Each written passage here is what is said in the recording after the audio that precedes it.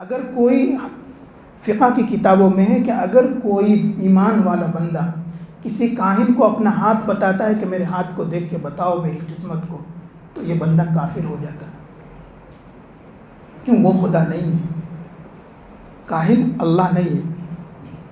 تو یہ سب بیماری بغض ہے، حسد ہے، کینہ ہے، جلن ہے، چغلی ہے، یہ اس وجہ سے آتی ہے کہ ہم دوسروں کی ترقی سے خوش نہیں ہیں۔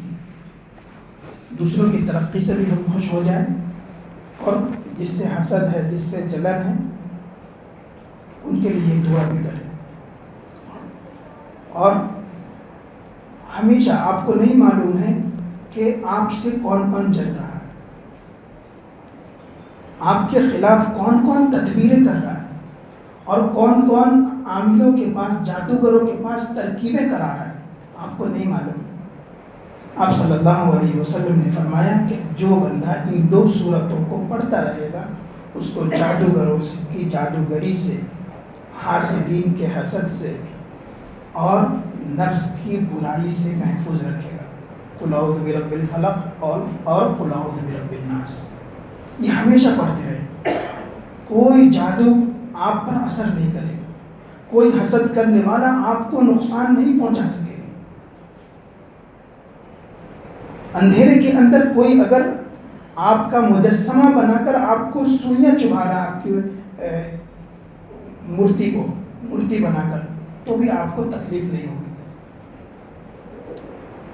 یہ دو صورتوں کو ہمیشہ صبح میں اور شام میں پڑھ لیا کریں۔ صبح میں پڑھ لیں گے تو شام تک، اور شام میں پڑھ لیں گے تو صبح تک حفاظت ہوگی۔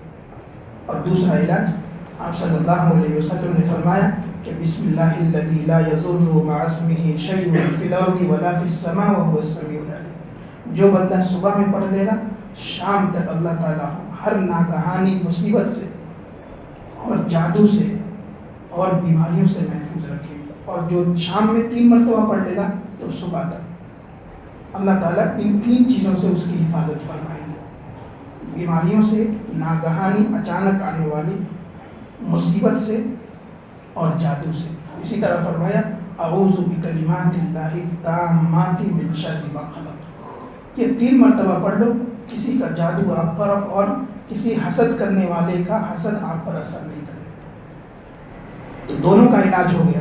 اگر کسی کو حسد ہے تو وہ اپنا علاج کرے اس طور پر کہ اللہ کی تقسیم پر راضی رہے، اور ان کے لیے جس کے تعلق سے حسد ہو رہا ہے اس کے لیے دعائے خیر کرے، ان کے لیے برکت کی دعا کرے، اور تیسرا کام یہ کرے کہ ان سے محبت کرنا شروع کر دے۔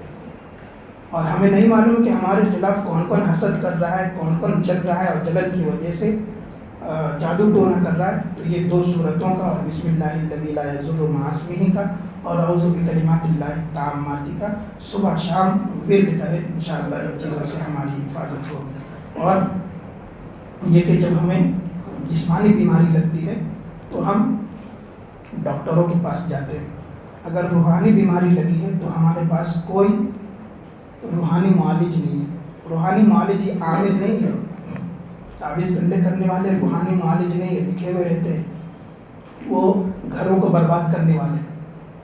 صحیح العقیدہ عالم جو باضابطہ اس طرح کا دھندا نہ